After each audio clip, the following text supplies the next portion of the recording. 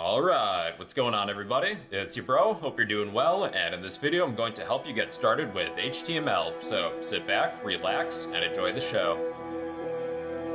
If you wouldn't mind, please like, comment, and subscribe. One like equals one prayer for the YouTube algorithm. I'm going to tell you why you should learn HTML. HTML is an acronym for Hypertext Markup Language. It's the most basic building block of the web. It allows you to add, change, and remove website content. And that's a good thing to know. It's mandatory to know for web developers if you would like to enter that career field. It's useful for software developers, marketing and sales professionals if you need to edit a listing for your company, business owners who could make their own website, and freelancers. People would pay good money for a good website. Heck, you might as well add HTML to your resume. Can't hurt. And learning HTML is super easy. This full course is only going to be about an hour. Anybody can learn HTML, even you. Yes, whoever's watching this video, learn HTML. It's super easy. What do you have to lose? Building a website is a lot like building a house. First, we need a solid foundation, and we need to build a skeletal structure. That's where HTML comes in. It's the most basic building block of the web. Then after that, we can add CSS.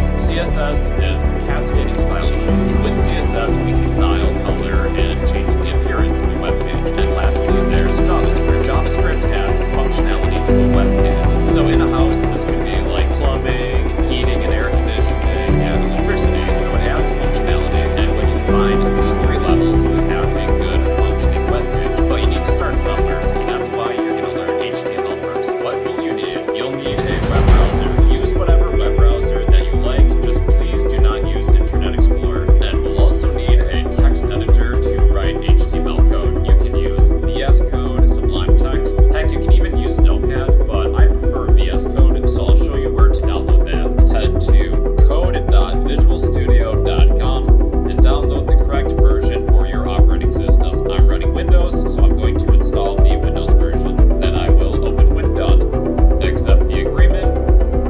Yes, I actually did read it that fast. I would recommend creating a desktop icon and make sure Add to Path is selected. Next, and install. And then you might as well launch this bad boy. So, finish. We are now within VS Code. The first thing I recommend is to download the live server extension so that after saving an HTML document, we can immediately refresh a web page. So underneath the search box for extensions, we are looking for live server and install this version. Then after downloading the live server extension, we'll create a new folder under the Explorer tab. Open folder, wherever you want to create a new folder. I'll create this on my desktop just for convenience. I'm going to create a new folder. I'll name this website, or whatever you want, doesn't matter. Then select folder, and within our website folder, we're going to create a new file. Name this index.html. Whatever file you would like to be the homepage of your website, you'll want to name that as index.html. When a connection is made to a website without a specific file in the URL, most servers by default will return the index.html file as a landing page. So this index.html file will be the homepage, the landing page of our website. At the top of our document, we're going to type this within angle brackets, exclamation point, doc type HTML. HTML documents should start with this declaration to be compliant with basic HTML standards. It lets a visitor's web browser know that this is an HTML5 document, and following this text, we'll create a pair of HTML tags. Tags are the keywords within angle brackets that a web page uses to define how your web browser will format and display content. And usually these come in pairs, so we'll need an opening HTML tag and a closing HTML tag. All of our HTML code will be within these HTML tags. So the HTML element represents the root of an HTML document, and there's two major sections, head and body. So let's create a pair of head tags. Head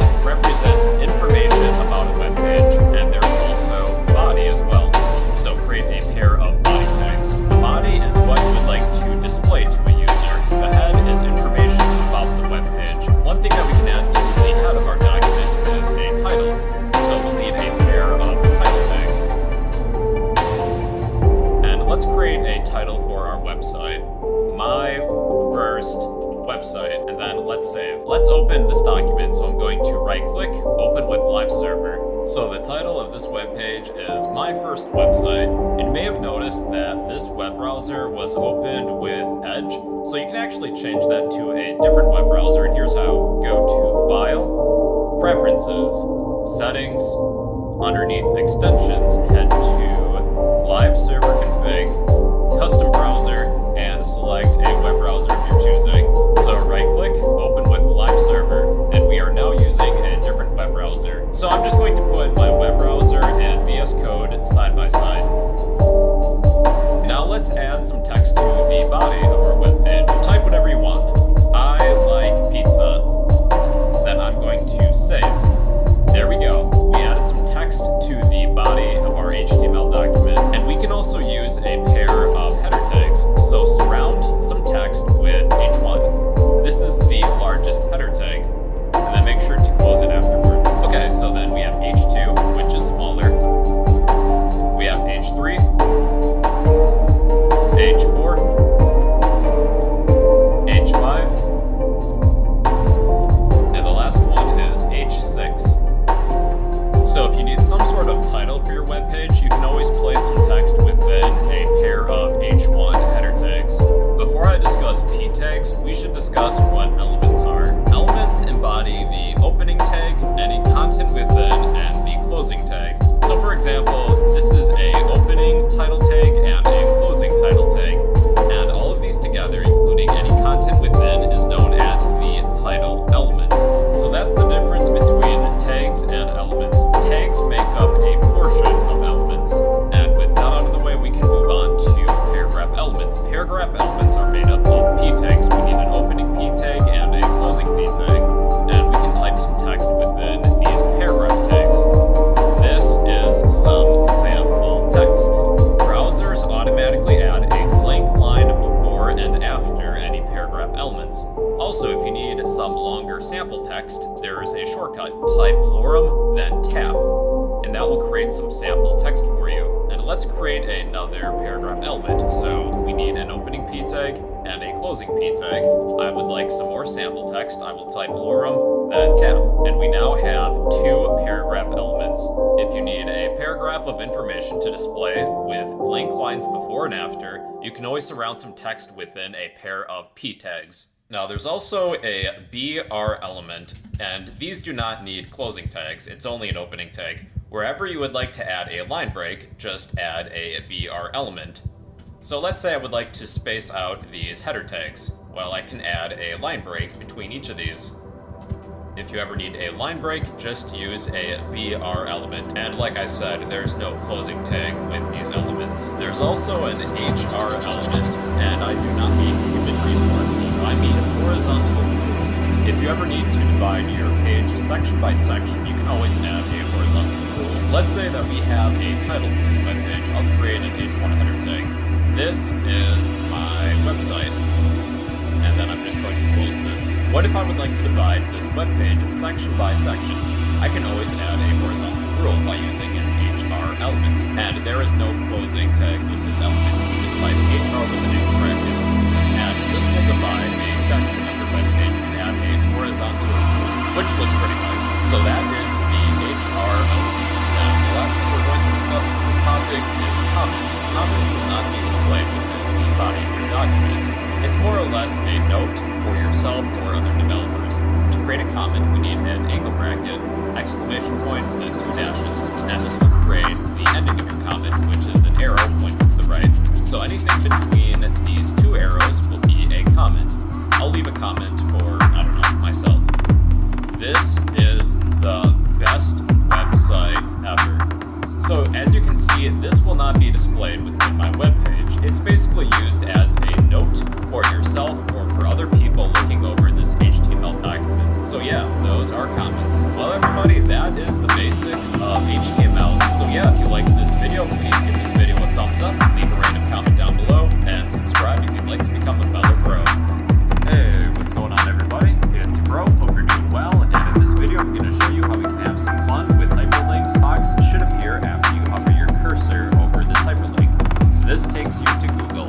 Let's say you have another web page and you would like this link to take you to your second page. Let's change the text. Go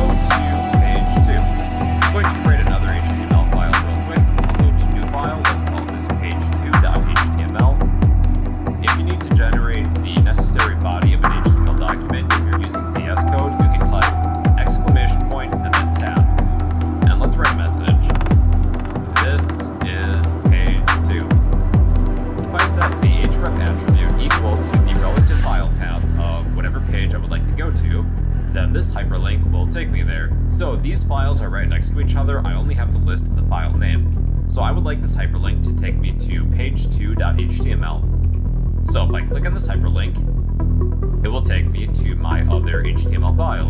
This is useful if you have a navigation bar, so depending on the link that somebody clicks on your navigation bar, that can take you to a different page. And lastly, you can send an email to somebody within the href attribute type mail to : then some email address, let's say fake123@gmail.com. Let's say email me instead. And then when you click on this link, it will begin the process of sending an email. But we won't actually complete it. So yeah, everybody, those are hyperlinks. You can apply hyperlinks to text, buttons, images, which we'll have some practice with in the future. So yeah, those are hyperlinks in HTML. Alright people, here's how to add an image to a web page. Find or download an image of choosing. I just so happen to have a picture of Shrek. Within your folder containing your index.html file, you're going to move or paste that image within the same folder. And within the body element, we're going to create a new element, an image element, within angle brackets type img for image. This is a self-closing tag, and many elements have different attributes that we can change. We need to change the source attribute of this image element. The source attribute is src, and we will set this equal to, within double quotes, the name of our image. Mine is shrek.img, and then save. What I like to do, if I'm working with a web page that has a lot of images, I like to create a separate folder for my images. This isn't necessary, but if your image is located within a separate folder, we need to find the file path relative to your index.html file. So I'm going to create a new folder, and let's name this images. It will contain all the images from my web page. Then I will move my image to my images folder. So we can no longer locate this image. We need to find the file path relative to the index.html file. To look within my images folder, I will precede the image name with / the name of the folder, images, / the name of the image, and there it is. Personally, if I'm working with a lot of images, I like to place all of my images within one folder. If you decide to do that as well, you just need to precede the file name with the name of the folder. That's it. Here's my image, but it's fairly massive. We can change the width and height attributes if we need to. I will change the height attribute. Height equals maybe 200, and that's lots of number. Maybe 300.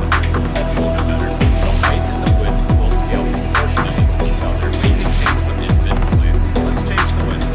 Width equals, let's say 100. What we get is an extra skinny Shrek, and if I change this to maybe 600, well, Shrek is extra thick now. So I will just only change the height attribute so that the width attribute scales proportionally. Now, if somebody is visually impaired, they may use a screen reader to navigate a web page. It can be good practice to add so we can get the text that is read aloud by a screen reader. So that is the old attribute. Within double quotes, I'll type a brief description of this image. This is a picture of Shrek. So when you add an image, it's considered good practice to add some alternative text. You can also add a title too. A title would be a small pop-up box that appears when you hover your cursor over an image. To add a title, set the title attribute equal to some text. Shrek is Shreksy. And then I'm going to save, hover my cursor over the image, and we can see a small pop-up box that has my title. Shrek is Shreksy. We can also turn an image into a hyperlink. To turn this image into a hyperlink, we need to surround our image element with an opening and closing A tag. So open and close. Within the opening A tag, there is an href attribute that we can set to a URL of our choosing. I think I'll set this hyperlink to the Wikipedia page for Shrek. So just type in the URL between these double quotes. Save.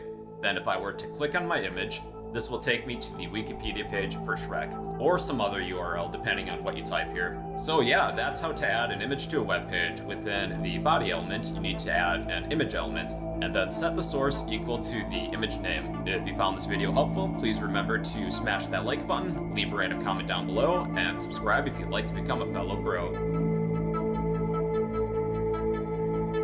If you do need an MP3 file to work with for this video, I recommend heading to the YouTube audio library, and then you can search and download a song of your choosing. So after you find an MP3 file, you can use a WAV file too.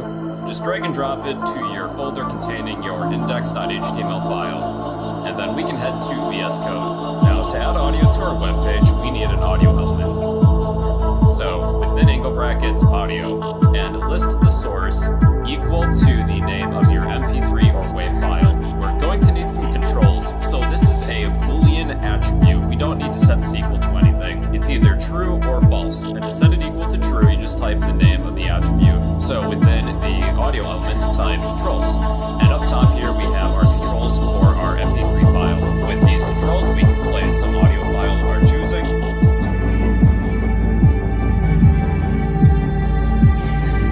Fast forward.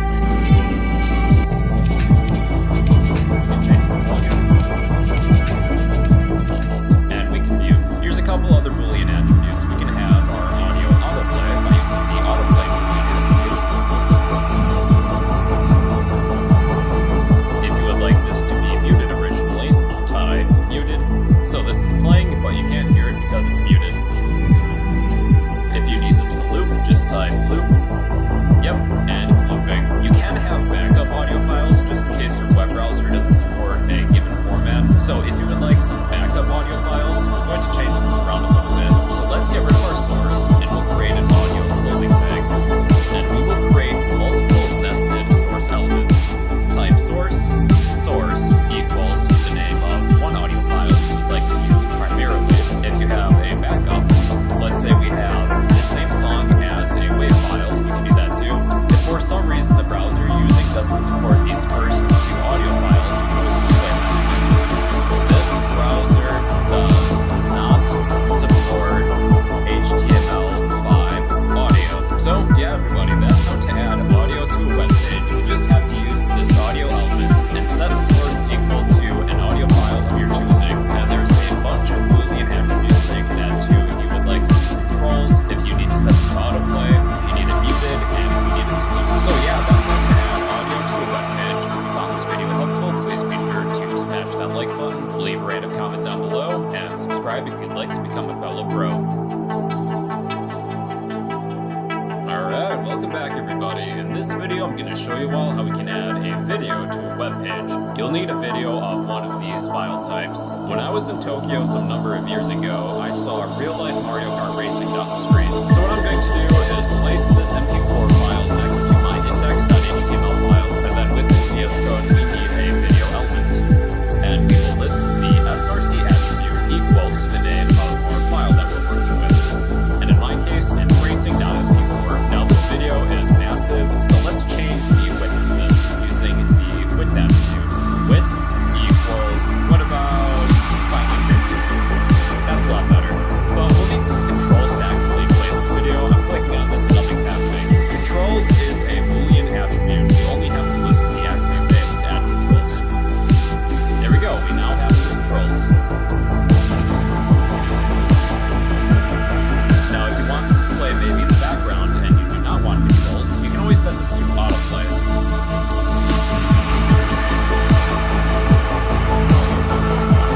So I'm going to add the controls back. If you need this muted, just add the muted Boolean attribute. So it's playing, but we can't hear anything. And if you need this to loop, just add the loop Boolean attribute. And this should...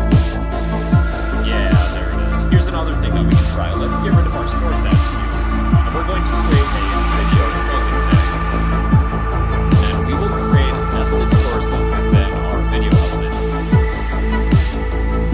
Source src equals our video file. So just in case your browser doesn't support an MP4 video file, you can always create another source.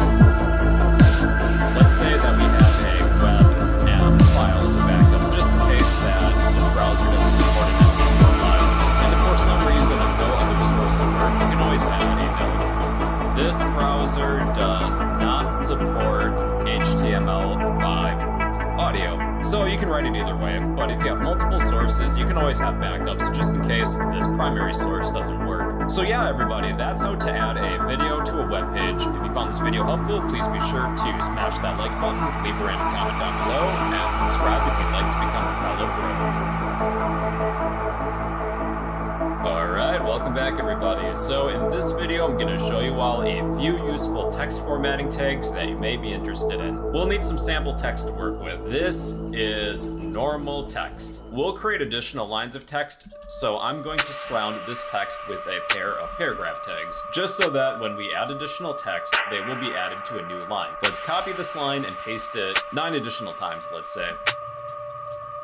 There we go. First set of text formatting tags that I'll show you is bold.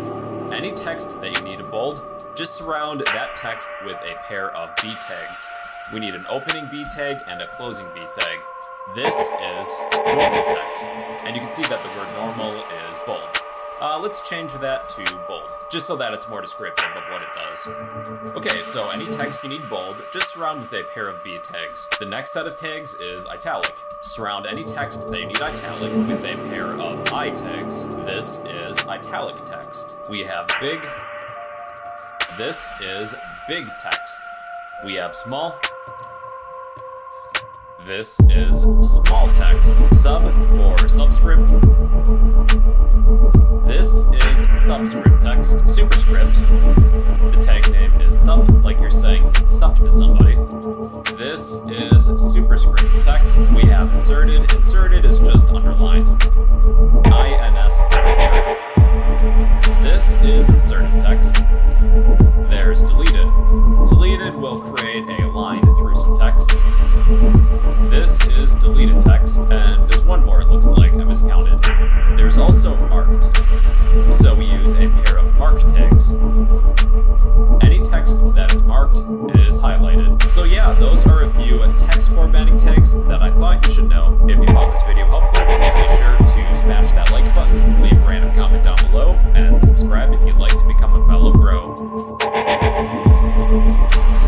Hey, welcome back. In this video, I'm going to show you all how we can create lists in HTML. There's 3 lists we're going to talk about: unordered, ordered, and description lists.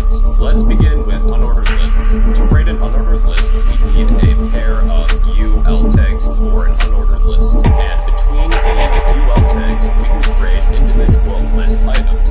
And we use a pair of LI tags for each item we would like to add to our list. So what's an example of an unordered list? One thing that comes to mind is a shopping list, like a grocery list, because, well, right now it's breakfast time. Let's say that we're going to bake pizza and we need a list of ingredients. We need pizza dough, so add an item between this pair of LI tags, and we now have a collective item within our unordered list. And let's create another item, so we can just copy and paste this pair of LI tags and create a new list item. What about tomato sauce? And then maybe cheese and toppings.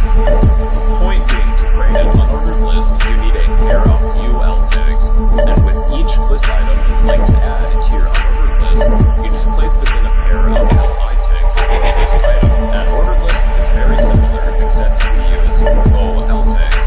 So we need an opening OL tag and a closing OL tag. So by default, each list item is going to be numbered. So let's say that we have a to-do list. To add a list item, we need to use a pair of LI tags. Perhaps this is a schedule of what we have to do in the morning. We have to eat breakfast. That could be one list item. So to add another item, we need another pair of LI tags. Then maybe we need to take a shower. So each of these is numbered and they're in ascending order. And then we want to, what about leave for work? Okay, so yeah, that is an ordered list. The order of the list items does matter. And we can change the type too. Within the opening OL tag, there is a type attribute. We can set each list item to a number, a letter, or Roman numerals. If I would instead like letters, I can just set the type equal to A, and our list items are now marked with the letter. And we have description lists. We need a pair of DL tags for description lists. And instead of using an LI tag for each list item, we use a pair of DT tags for description term and DD tags for description definition. So for a term that is DT, and then we add a definition to this term. Let's say we have a list of web dev languages. For a term, we need an opening DT tag and a closing DT tag. And then we can add a definition to this term. So that would be DD, description definition.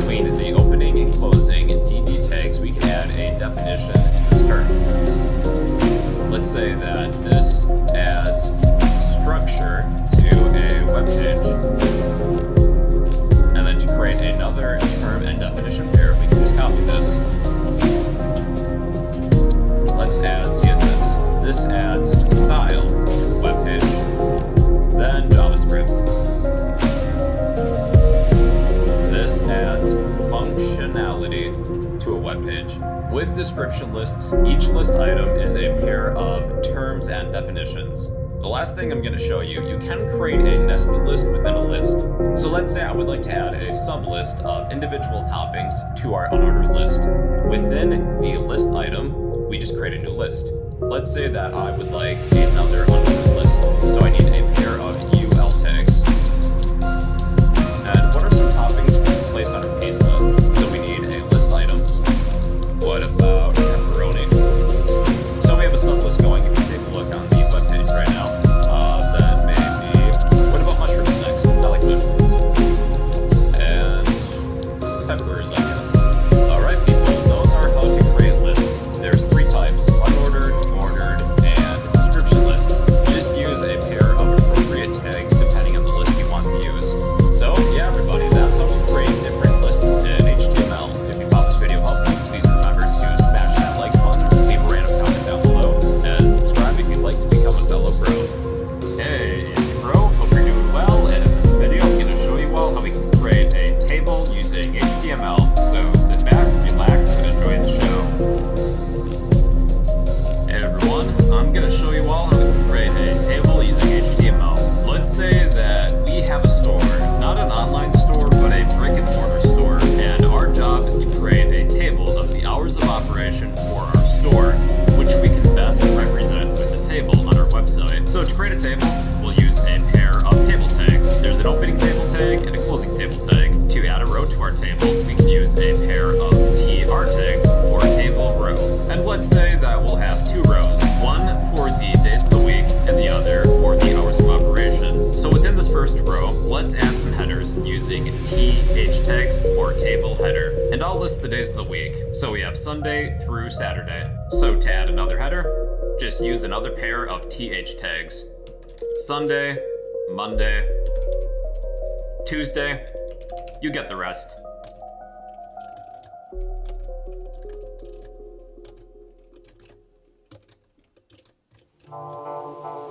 Table headers are inherently bold. If we would like to add some data to the second row, we'll add that between the TR tags for the second row.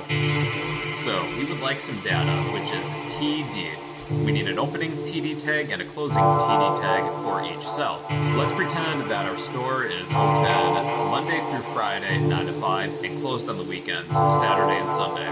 This first cell is for the first day, Sunday, first column. So we are closed this day. Let's copy our table data element and copy it. This will be for the second row, Monday, and we are open 9 to 5. And let's fill this in for the days Monday through Friday. And then Saturday we are closed. Alright, let's color in these cells. I'll make the first row a dark gray color. So to change the color of the first row within the opening TR tag for the first row, there is a BG color attribute, which means background color. That will set this equal to gray. And our second row, let's make this light gray. So within the opening TR tag for the second row, let's set the BG color attribute equal to a different color, like light gray. Pick whatever color you want, it doesn't necessarily have to be gray. So within the opening table tag, I will set the BG color equal to, what about black? Cool, these cells are left aligned, we can center them. To center the cells within a row within the opening TR tag, there is an align attribute. And let's set this equal to center. And the text is now centered. And lastly, let's make all of these cells the same size. This Wednesday cell is taking up a lot of space. Let's set the width equal to maybe 100 pixels. And I will just copy this. And with the opening table element, I will set this equal to the width of each cell times the number of cells that we have. So if each cell has a width of 100, and there's 7 cells, I will set the width equal to 700. And, well, there we go. All of these cells are now aligned. So, yeah, that's how to create a table in HTML. Just use a pair of table tags for each row and a pair of TR tags. If you need a row to function as a header, such as the days of the week, use TH tags. If you're filling in data for a cell, use TD tags for table data. So yeah, that's how to create a table in HTML. If you found this video helpful, please be sure to smash that like button, leave a random comment down below, and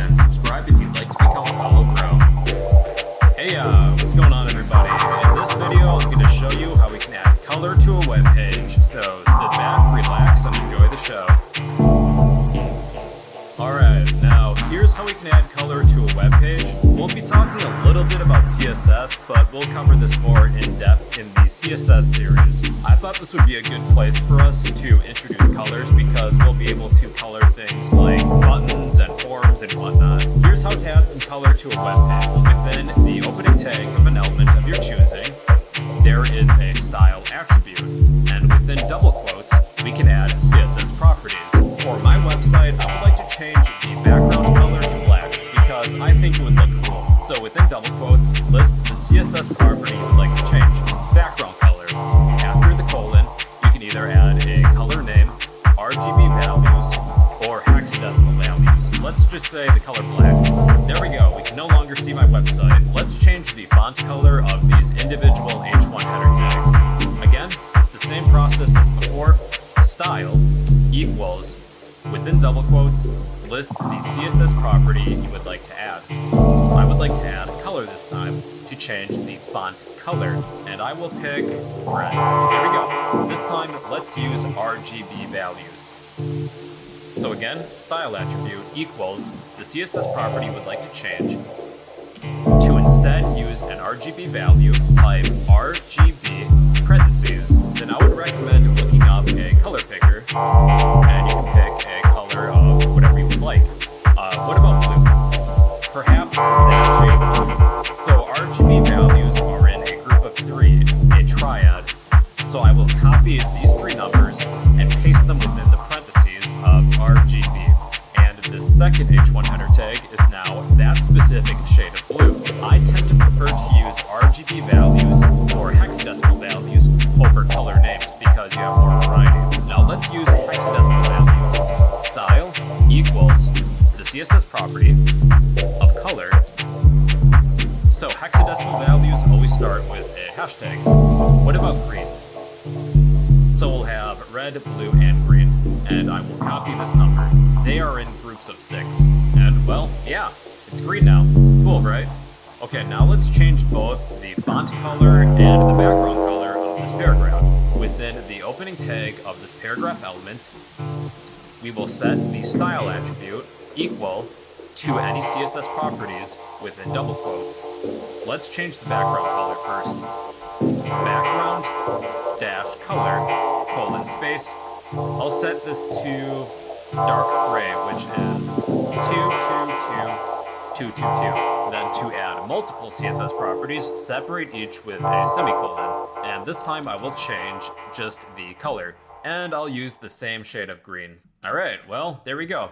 So, yeah everybody, that's how to add some colors to your web page. There's more advanced things we can do when we reach the video series on CSS. But what you can do for now, within the opening tag of an element of your choosing, set the style attribute equal to whatever CSS properties you would like to add within quotes. So yeah, that's how to add color to a web page. If you found this video helpful, please be sure to smash that like button, leave a random comment down below, and subscribe if you'd like to become a fellow bro. Hey, welcome back. In this video, I'm going to explain the span and div tags. Let's begin with span. Span adds markup to text or portion of a document. Anything that I surround with a pair of span tags, I can apply markup or some effect to. So in my example document, I have a header and 3 paragraphs. What if I would like this specific sentence to be, I don't know, red? Well, what I could do is surround this sentence in my document with a pair of span tags. So I need an opening span tag and a closing span tag. And that sentence ends right here. And within this span tag, I can change some of the attributes of this sentence. So I would like to change maybe the style. I'll set the style color equal to red. Now you probably do want this closing tag. If you do not have this closing tag, your span will take up this entire section. So basically that's what span is. It adds markup to text or a portion of a document. Div is very similar, except it divides a division of a document. So what if I would like to change the background color of these 3 paragraphs? Well, what we learned in the last video on colors is that we could set the style background color equal to some shade of gray, maybe this value. This does work, and I could just copy this and paste it for each of these paragraphs. Or another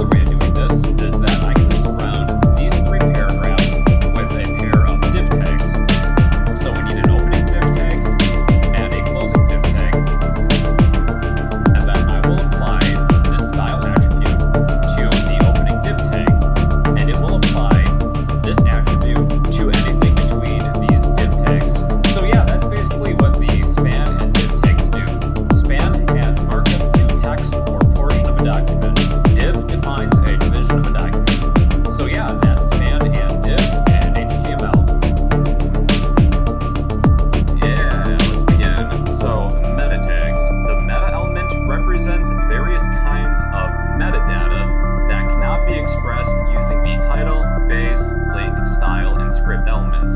Metadata is data about data. We can add metadata to the head of our document, and this tells the web browser what our web page is about. With the meta tags, we place them within the head, not the body. So we can tell the web browser some information about our web page. Meta tags are self-closing. We do not need a closing tag. Meta tags do have a name attribute that we can set to one of many settings. Let's say we would like to add a description to this web page, and the web browser is going to read this description. After setting the name equal to description, I can set the content equal to a brief description of my web page. Perhaps free HTML tutorial for beginners. Okay, so that's one example of a meta tag. So let's create another. So again, these are self-closing tags, and I can add some keywords for search engine optimization. So name, keywords, content, and I'll explain my web page in just a few keywords. Perhaps HTML, separate each of these with a comma, tutorial, beginners. That'd be good. We can add a author, meta, name, equals author, content equals, then type your name. So if somebody is viewing your web page on a mobile device, you can have your web page scaled to their mobile device by adding this meta tag, name equals viewport, content equals, and this will set the width of our web page equal to device dash width. Then comma, we can set the initial scale equal to 1.0. So by adding this meta tag, if you were to view this web page on a mobile device, this web page will scale proportionally with that mobile device. Another meta tag is a parset. We can tell a web browser what sort of character encoding that we're using.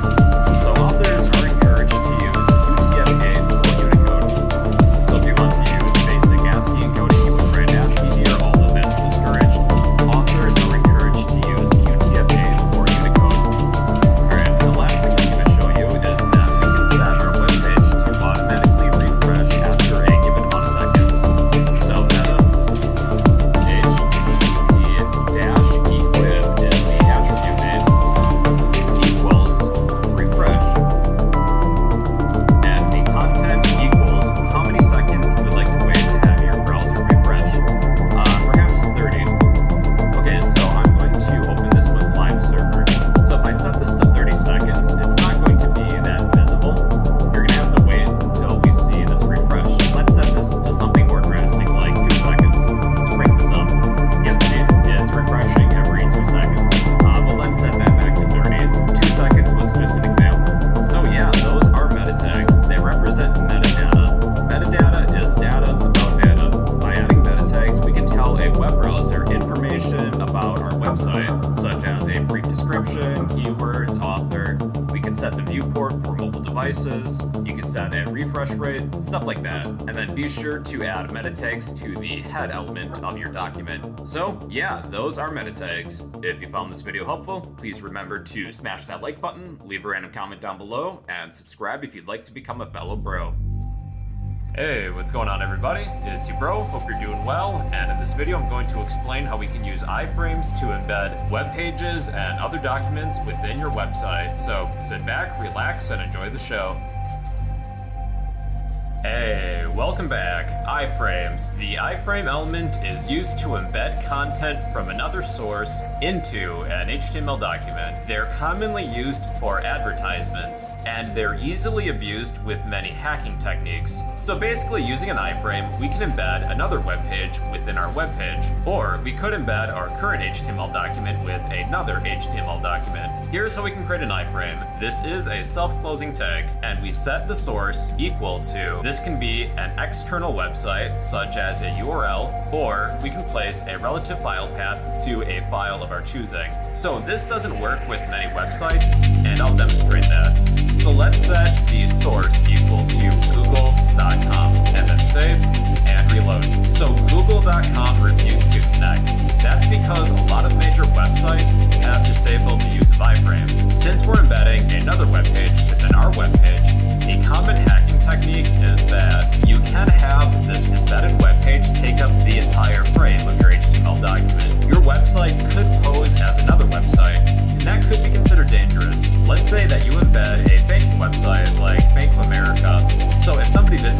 website, it's actually a facade, and somebody will type in their banking information like their login credentials, and you could capture that. So a lot of major websites have disabled the use of iframes, so you cannot pose as their website. One website that I checked that does work is Bing. So let's switch our URL to that. Save and reload. Yeah, see, we have embedded the homepage of Bing. But let's change the width and height attribute because this is fairly small. Let's say the width is 750 pixels, and for the height, let's say maybe 250. So save and reload. Cool, yeah, we have embedded Bing within our web page. And you can use this normally. Bro code. Now let's embed another document. So let's create a new file. Let's pretend that this is an advertisement we would like to display within our web page. I'll name this ad.html. So if you're using VS Code to generate an HTML document, a plain one, type exclamation point, then hit tab. So let's say something. I'll use an H1 header tag. This is an advertisement.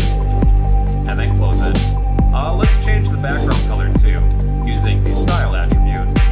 And I will pick the background color property and set this to maybe, I don't know, that color. Then let's change the width and height. The height maybe 100. Oh, and then make sure to change your source as well. So we need to list the relative file path. Since these files are right next to each other, I only have to list the file name. Add.html. Save, reload.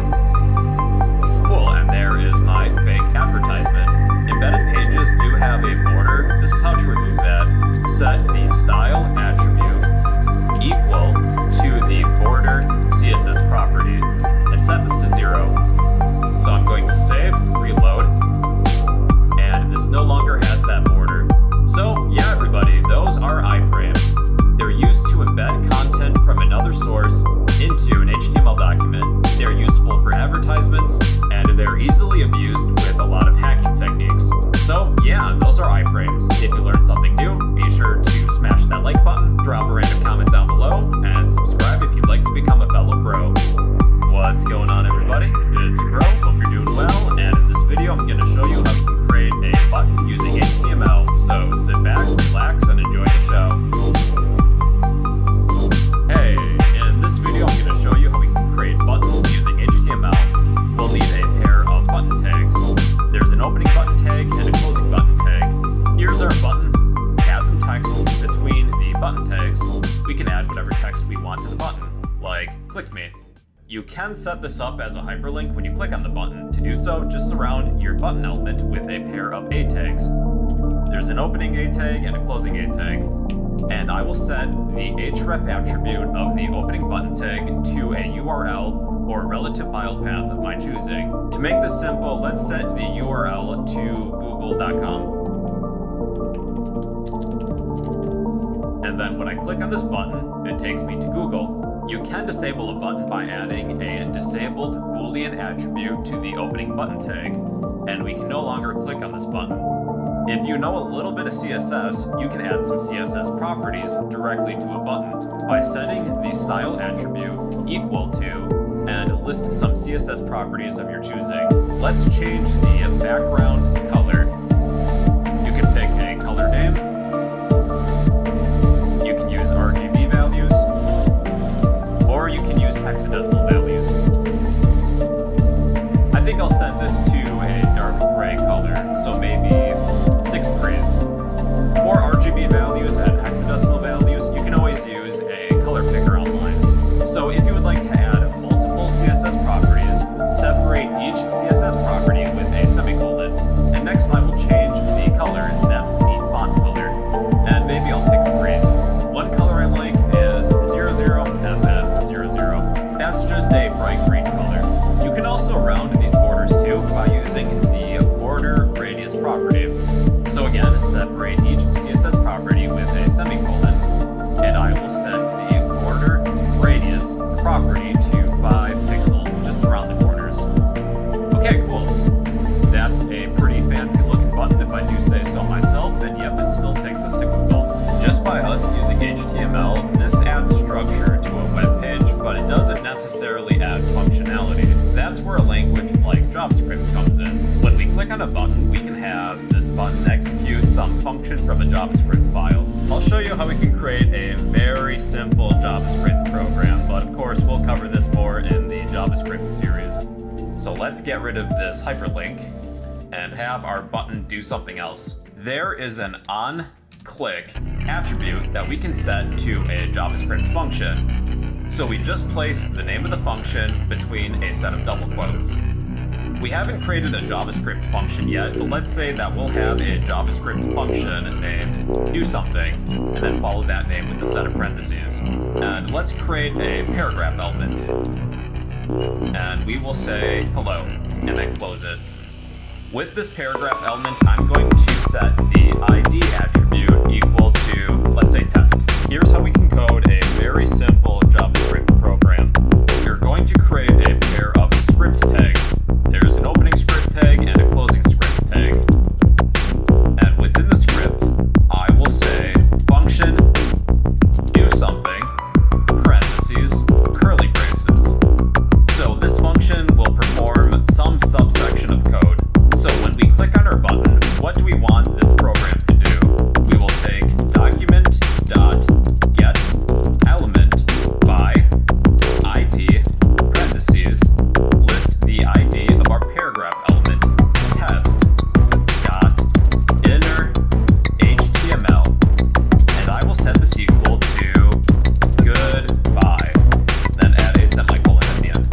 Okay, so when we click on this button, it's going to execute this function and do something, and then perform whatever code is between this set of curly braces. So you may need to save, refresh your web page, and if done correctly, when you click on this button, it will change this text from hello to goodbye. So that is a very small JavaScript program. So there is an onClick attribute that you can set equal to a JavaScript function. But of course, we'll cover more about JavaScript, well, in the JavaScript playlist. But that's one way in which you can add functionality to a button. In this video, we were more focused on actually creating the button itself. So yeah, if this video helped you out, you can help me out by smashing that like button, leave a random comment down below, and subscribe if you'd like to become a fellow pro. Hey everyone, I'm going to try and explain everything I can about forms in about 8 minutes. To create a form element, we'll need a pair of form tags. There's an opening form tag and a closing form tag, and depending on the user input that you need, there is an input element, and you can set the type attribute to whatever you need. Let's say we need some text from a user like first name. Within our form, there is a text box where we can enter in some user information. So we should probably let the user know what we want them to type in. I will precede this input element with a label. Let's say first name, and a user can type in their first name. Now it is considered good practice to fill out a for attribute within the label, and set this to whatever you want, let's say fname. And within the associated input element, I will set the ID also equal to fname, whatever is within the for attribute. This does a couple things. One, if I was to click on this label, this will select my input box. It's also helpful for people that are using screen readers so that they can easily navigate your form. There is also a name attribute. When we submit this data, what sort of name do we want to give that data? Think of it like a variable. I will also name this fname as well. Within the input element, there is a placeholder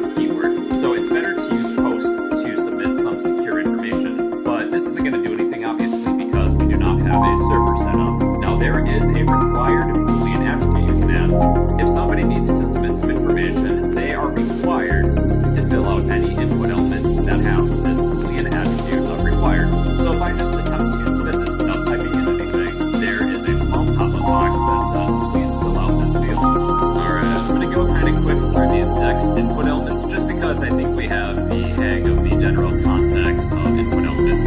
So next we have password fields. You set the type equal to password. So if somebody types in some characters, they will be hidden. If you need to set a max size of your password, there is a max length attribute. Let's set this to maybe 12, so we can type in no more than 12 characters for a password. And you can also add that required Boolean attribute too. For an email element, set the type equal to email. In order to submit an email, we need an @ character within our email, otherwise we cannot submit this information. And perhaps I'll add a placeholder as well. Placeholder equals spants@gmail.com. So there is our placeholder. For a telephone number, you're going to set the type equal to tel. And I do have a placeholder as well. If you need the user to type in a date, like a birth date, there is a type date, which includes an interactive calendar to select a date. A user can type in a number if you set the type equal to number. Let's say that the user is buying something from a store. There are some arrows where they can increase or decrease the quantity. Well, we should probably place some limits. They can type in basically whatever number they want. They want -1 million euros. So you can set the min and the max. I'll set the min equal to 0 and the max equal to 91. And you can also set a default value too. I'll set the default value equal to 1. Next we have radio buttons. With radio buttons, we can only select one radio button from any one of them. Perhaps we'll have the user select a title, or maybe a Mr., a Miss, or a Doctor. So I'm going to create a pair of labels and input for each option that we have. So we have a Mr. option, Miss, and PhD. Okay, I will set the input type equal to radio, and then do that with each of these pairs. So we can select more than one because these are all relatively the same. To set them all for the same group, we will all have them down the same name. Let's say that the name of the title. So therefore, we can select one now since they're all the same. That's kind of the idea behind radio buttons. We can only select one, and we will set an associated value of, let's say, Mr. for the first value, Mrs. for the second, and Doctor for the last one. Then I'm just going to precede all of these with a separate label. Let's say title. And I will set the for attribute equal to title. And within each of these radio button labels, when I click on one of these labels, I also want to be able to select one of these radio buttons. So I will set the for attribute equal to a ID. So let's say Mr. The ID would be Mr.